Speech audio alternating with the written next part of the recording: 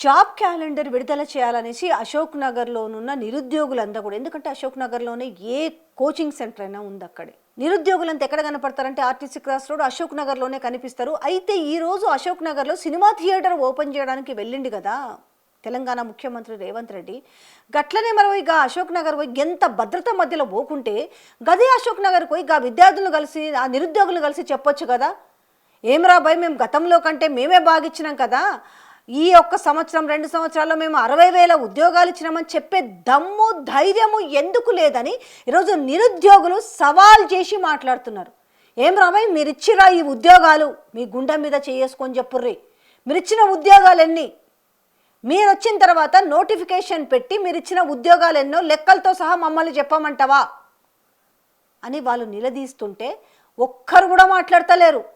పనికి మాల విషయాల గురించి వేదికలపై కూర్చొని బట్టలు చింపుకొని మాట్లాడుతుంటారు కదా, మరి దీని గురించి ఎందుకు మాట్లాడతలేరు? ఎవరో కాదు కదా, ప్రతిపక్షాలు చెప్తే మీరు నమ్మొద్దు, నిరుద్యోగులు చెప్తారు కదా మీరిచ్చిన ఉద్యోగాలు కావు అవి అని. దానికి ఏ ఒక్కరు కూడా ఎందుకు సమాధానం చెప్తలేరు? తరిమి కొడుతున్నారు కదాడా ఎమ్మెల్సీలని, లేకపోతే ఎవరైతే నిరుద్యోగులు నమ్మించిరో వాళ్ళందరినీ కూడా వస్తే ఎట్లా గెదుముతారో చూస్తారు కదా.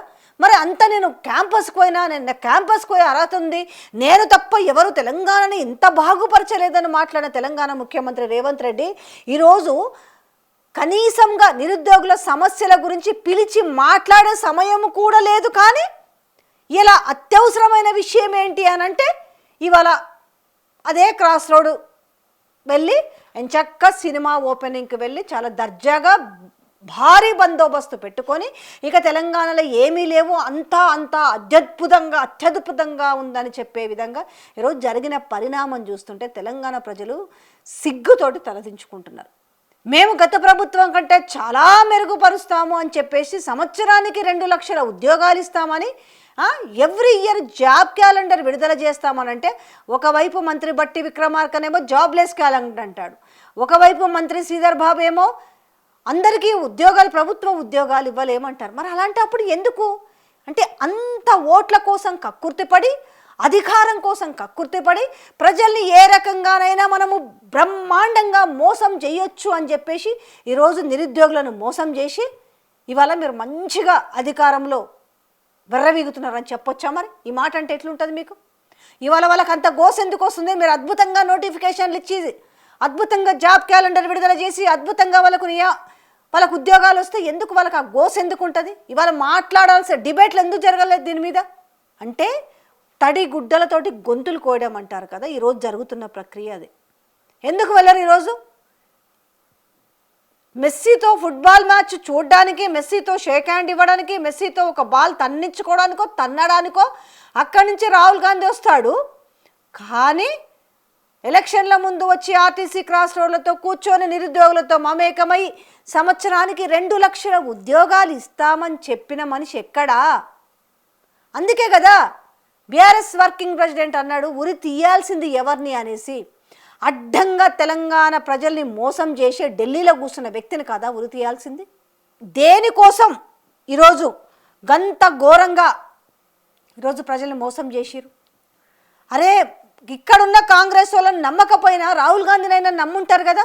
వరంగల్లో రైతు డిక్లరేషన్ ఇస్తారు, కామారెడ్డి పోతారు బీసీ డిక్లరేషన్ ఇస్తారు, దాని తర్వాత ప్రియాంక గాంధీ వస్తుంది నిరుద్యోగ డిక్లరేషన్ ఇస్తుంది. కనీసం వాళ్ళకి ఆ 4,000 రూపాయల నిరుద్యోగ భృతి ఇచ్చిరా? అంటే ఈరోజు ప్రజలంటే ఎంత చులకన ఉంది అని చెప్పడానికి ఈరోజు పోయి ఇలా సినిమా హాల్ ఓపెన్కి పోతారు. గాన్నే కదా 2 అడుగులు పోయేసి ఏంది మీ బాధ అని అడగొచ్చు కదా. వాళ్ళే చెప్తారు కదా.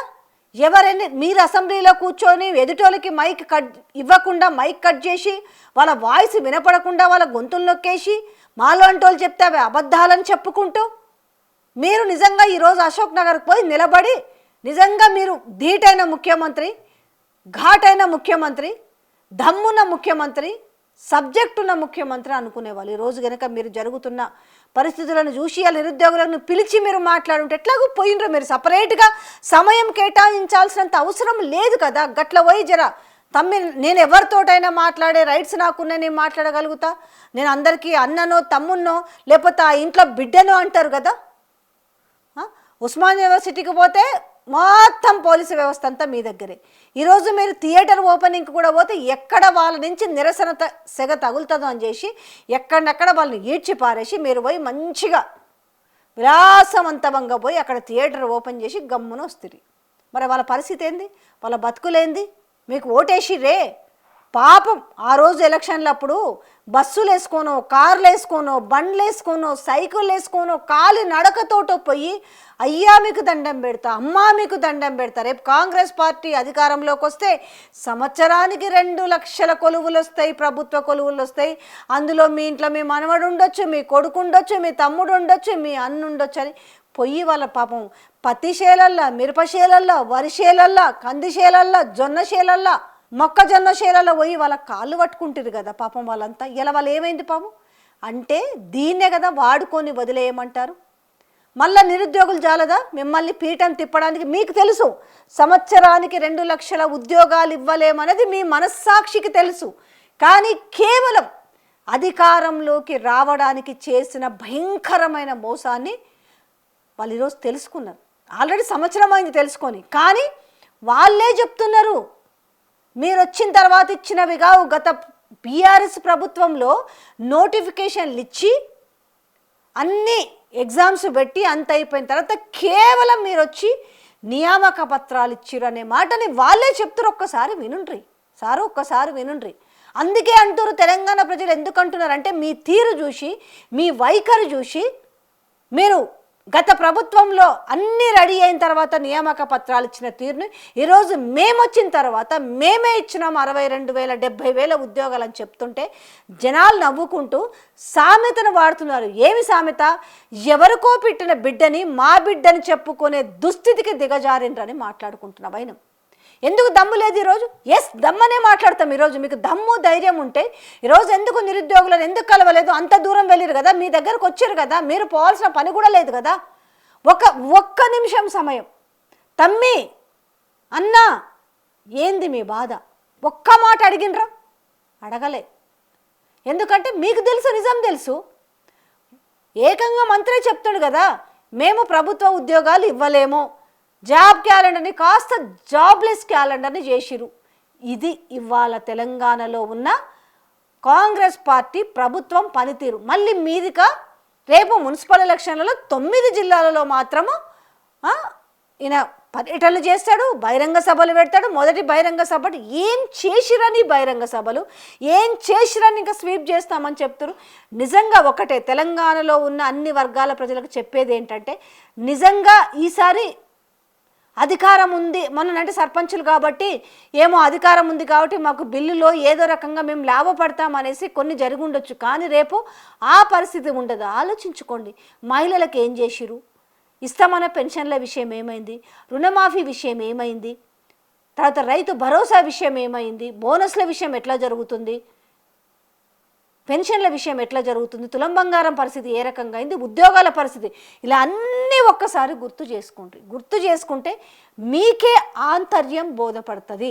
కానీ తర్వాత క్షవరం అయితే కానీ వివరం తెలియదన్నట్టు ఇక మళ్ళా మోసపోవద్దనేది నేనైతే విజ్ఞప్తి చేస్తున్నా తెలంగాణ ప్రజలకి.